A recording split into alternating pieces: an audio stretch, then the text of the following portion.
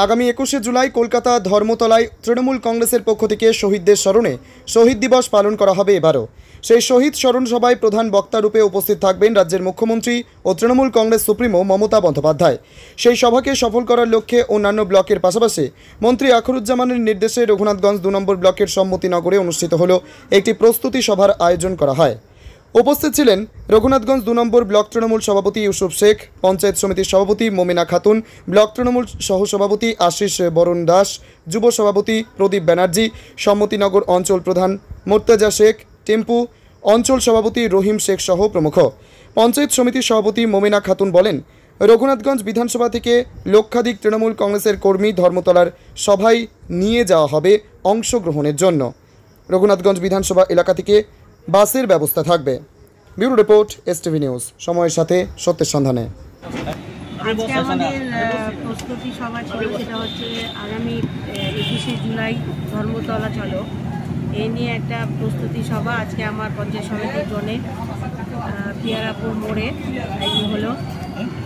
আমার অঞ্চলের সমস্ত নেতৃত্ব, প্রধান সাহেব থেকে অঞ্চল সভাপতি, আমার পঞ্চায়েত সমিতি, আরেক পঞ্চায়েত সমিতি, আমার ব্লক সভাপতি, ছাত্র নেতা, যুব নেতা, প্রত্যেকে আমরা সমবেতভাবে এবং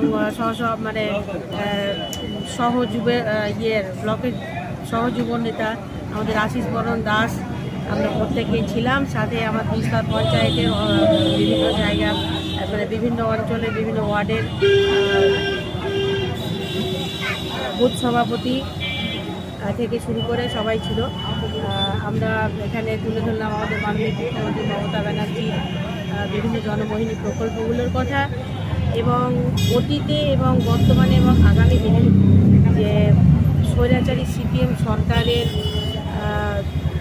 জামানায় অত্যাচারে অতিষ্ঠ হয়ে আমাদের মাননীয় মুখ্যমন্ত্রী মমতা ব্যানার্জি 1993 সালে ভোটার এপিক কার্ডের যে একটা এপিক কার্ডের জন্মলগ্নটা, এই পুরো মেথডটাকে তুলে ধরা হয় 21শে জুলাইয়ের ধর্মতলা চলো শহীদ দিবসকে উপলক্ষ করে। এই ছিল আমাদের আজকের বার্তা এবং আশা করি আমাদের রঘুনাথগঞ্জ 2 নম্বর ব্লক থেকে ধারণার বাইরে জনস্রোত যাকে বলে, আমরা সকলে গিয়ে এই ঐতিহাসিক যাত্রাটিকে সাফল্যমণ্ডিত করব এবং আমাদের নেত্রীর গরিমাকে আরও উজ্জ্বল করব। আমি এটা আপনাদের বলেছি, নাম মেনশন করিনি, কিন্তু আমি বলেছি যে কে কে ছিলেন। আমার অঞ্চলের প্রধান সাহেব ছিলেন, অঞ্চল সভাপতি ছিলেন, আমার ব্লকের ব্লকের প্রেসিডেন্ট ইউসুফ সাহেব, সহ প্রেসিডেন্ট আশিস বরণ দাস ছিলেন, আমার ব্লকের নেত্রী, আমার পঞ্চায়েত সমিতির দলের পলিটিকি থেকে শুরু করে সাথে সমস্ত অঞ্চল বুথের নেতৃত্ব, বুথ মেম্বারেরা সকলেই ছিলেন। আমি মমিনা খাতুন, রঘুনাথগঞ্জ ব্লক 2 পঞ্চায়েত সমিতির সভাপতি। দেখুন, আমরা আমাদের মানবিক মুখ্যমন্ত্রী মমতা ব্যানার্জির নির্দেশ মোতাবেক আমরা সারা পশ্চিমবঙ্গে একইভাবে আমাদের এই পথসভার কাজ চলছে 21শে জুলাইকে কেন্দ্র করে। এবং 21শে জুলাইটা কী, কেন ঘটেছিল, সেটা জনসম্মুখে আমাদেরকে তুলে ধরার আমাদের দায়িত্ব এবং কর্তব্য। সিপিএমের বাম জামানায় যেইভাবে মানুষ অত্যাচারিত হয়েছে, ভোট লুট হয়েছে, বিভিন্নভাবে তারা অত্যাচার করেছে, সেই যে আন্দোলন, সেই আন্দোলন আমাদের নেত্রী মমতা ব্যানার্জি সিপিএমের বিরুদ্ধে করেছিল।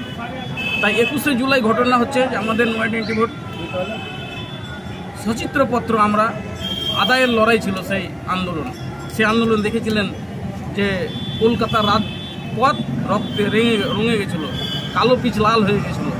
তাই সেদিনের আন্দোলনে সারা ভারতবর্ষের মানুষ তারা মুক্তি পেয়েছিল এবং ভোট অধিকার যে তার নিজস্ব স্বাধীনতা, সেটা তারা সেদিন পেয়েছিল। তাই সিপিএমের বিরুদ্ধে আমাদের আবারও লড়াই। সিপিএমের অত্যাচার আমরা মোড়ে পথসভায় করে আজকে সিপিএম যে বঞ্চনা মানুষের সাথে করেছে 34 বছর, তার বিরুদ্ধে আমাদের লড়াই আগামীতেও থাকবে, এখনো আছে।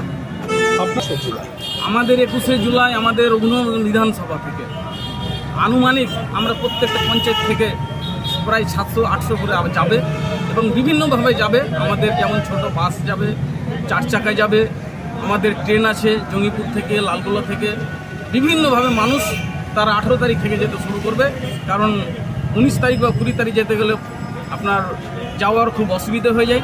তাই আমাদের নেত্রী মমতা ব্যানার্জি আমাদের কলকাতাতে জায়গা করেছেন, সেখানে আমাদের লোক গিয়ে থাকবে এবং ব্যাপক লোক যাবে এবং দিদির নির্দেশ আমরা সেখানে শুনবো কি আমরা আমাদের বার্তা দেয়।